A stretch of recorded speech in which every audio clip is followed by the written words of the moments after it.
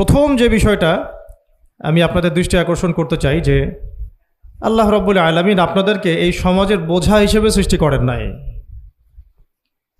আল্লাহ রাব্বুল আলামিন আপনাদেরকে এই সমাজের বোঝা হিসেবে সৃষ্টি করেননি, বরং আল্লাহ রাব্বুল আলামিন আপনাদেরকে এই উম্মতের একটা গর্বিত অংশীদার হিসেবে সৃষ্টি করেছেন। আদম আলাইহিস সালাম যখন জান্নাতে ছিলেন তখনও তার কাছে হৃদয়ের মধ্যে কিছুটা শূন্যতা অনুভব হয়েছে, যেটা আল্লাহ রাব্বুল আলামিন হাওয়া আলাইহিস সালামকে দিয়ে পূর্ণ করেছেন এবং তার বুকের পাঁজরের হাড় থেকেই তার স্ত্রীকে আল্লাহ পাক সৃষ্টি করেছেন। এবং উভয়ের প্রতি আল্লাহ পাকের নির্দেশ কিন্তু সমান ছিল। এমন না যে আদম আলাইহিস সালামকে বলা হয়েছে এই গাছের কাছেও যেও না, হাওয়া আলাইহিস সালামকে বলা হয় নাই, ব্যাপারটা কিন্তু এমন নয়, বরং উভয়ের প্রতি সমান আদেশ ছিল। ওয়ালা তাকরাবা হাদিহিশ শাজারা, তাকরাবা শব্দটা দ্বিবচন, তোমরা দুজনের কেউই এই গাছের কাছে যাবে না। অর্থাৎ আল্লাহ পাকের যে আদেশগুলো আসমানি কিতাবের মাধ্যমে আমাদের কাছে এসেছে, এগুলো নারী এবং পুরুষের জন্য সমান।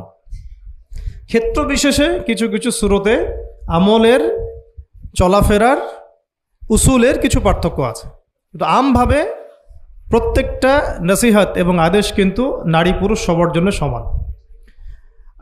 আমরা যদি চাই যে বাংলাদেশের মাটিতে দিন প্রতিষ্ঠা করতে, তাহলে শুধুমাত্র পুরুষদের ভূমিকা যথেষ্ট না, কশ্চিনকালেও যথেষ্ট না। কারণ প্রত্যেকটা পুরুষই কোনো না কোনো মায়ের সন্তান, কোনো স্ত্রীর স্বামী, কোনো বোনের ভাই অথবা কোনো মেয়ের বাবা। তাহলে যদি শুধু পুরুষবাচক শব্দে আমরা সমাজ সংস্কার করতে যাই, আমরা ব্যর্থ হব। দুঃখের সাথে বলতে হচ্ছে এটা, কিছু কিছু ক্ষেত্রে আমাদের আত্মসমালোচনার দরকার আছে।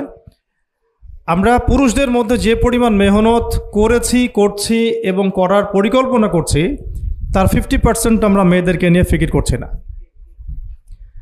যে কোনো দিনই বোন যদি হেদায়েতপ্রাপ্ত হন আল্লাহর পক্ষ থেকে, তারপরে সে যে পড়াশোনা করবে, এই পড়াশোনা করার মতো উপযুক্ত প্রতিষ্ঠানও আমরা তাদেরকে দিতে পারি না।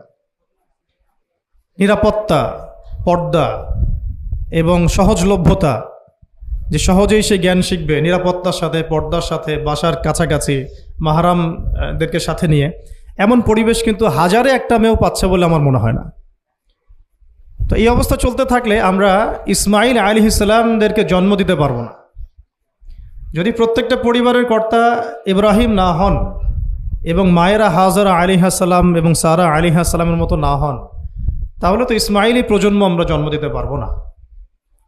সেক্ষেত্রে আমরা আল্লাহ পাকের জমিনে দিন প্রতিষ্ঠাও করতে পারবো না। এই পৃথিবী